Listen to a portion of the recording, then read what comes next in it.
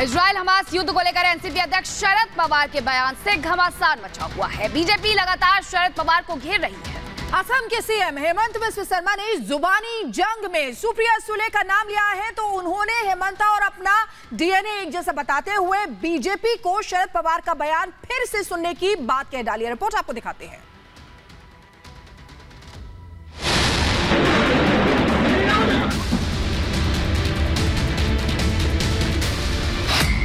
एक तरफ Israel Hamas के बीच भीषण जंग जारी है, तो दूसरी तरफ भारत में इस मुद्दे पर बीजेपी और विपक्ष के नेताओं के बीच वाक युद्ध छिड़ चुका है। देश में जारी जुबानी जंग के बीच अब एनसीपी नेता सुप्रिया सुले की भी एंट्री हो चुकी है। कुछ दिन पहले शरद पवार ने एनसीपी की बैठक में फिलिस्तीन और हमास के युद्ध को लेकर बयान दिया था, जिस पर असम के मुख्यमंत्री हेमंता बिस्वा शर्मा ने पलटवार किया और शरद पवार को नसीहत दे डाली। मेरा लगता है शरद पवार जी सुप्रिया मैडम को भेजेगा गाजा में हमास के लिए लड़ने के लिए। हेमंता के बयान पर सुप्रिया सुले ने हैरानी जताई, खुद का और उनका डीएनए एक बताया और बीजेपी को फिर से बयान सुनने और समझने की बात कह दी। I'm surprised because Hemanta Biswa Sarma ji has the same DNA as me. He's an original Congressee. So he and me share the same DNA. After going to the BJP, you know how disrespectful they are about women. So I'm not surprised, but I had hope from Hemanta Biswa Sarma ji because we share the same Congress DNA. So I'm surprised how this change has happened towards women and the approach. It's probably going into BJP's little rubbing off on him. IT cell needs to understand and hear what Mr. Pawar has said. पिछले कई दिनों से मुंबई में NCP की meeting चल रही है, जिसमें बोलते हुए शरद पवार ने भारत का इजराइल को दिया जा रहा समर्थन गलत बताया था। हिंदुस्थानी कधी दुसरीकडे मदत केली नाही।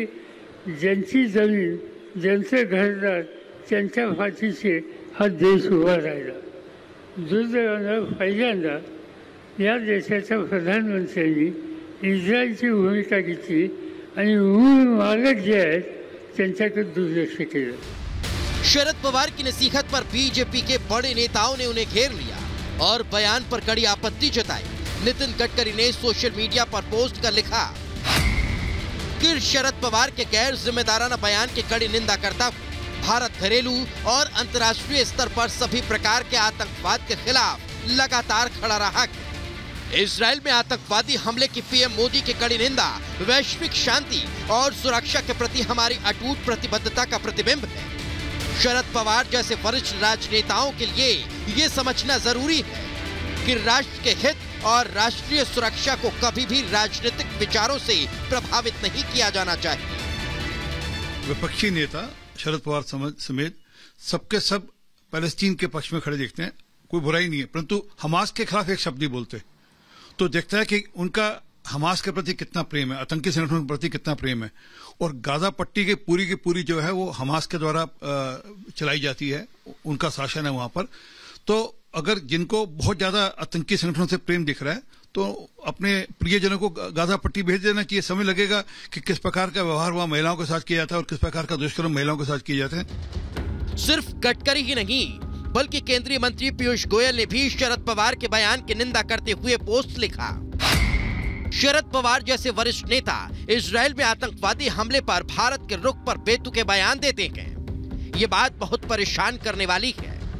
आतंकवाद को लेकर दुनिया के किसी भी हिस्से में हर रूप में निंदा की जानी चाहिए।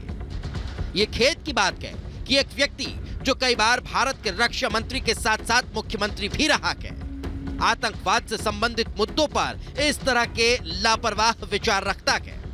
मुझे उम्मीद है कि अब पहले शरद पवार राष्ट्र के बारे में सोचेंगे।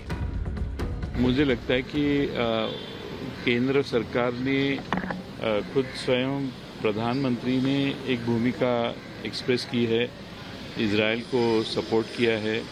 साथ साथ में फॉरेन एक्सटर्नल अफेयर्स डिपार्टमेंट जो है उन्होंने भी एक अलग सी भूमिका सामने रखी है। इसमें जो विसंगति है वो देखे, ऐसे मुझे लगता है। जिस तरह गाजा पट्टी में इजराइल और हमास के जंग से चारों ओर आग लगी है, वही सियासी बयानबाजी से भारत में राजनीतिक तापमान काफी बढ़ा हुआ है। Bureau report, Republic Bharat.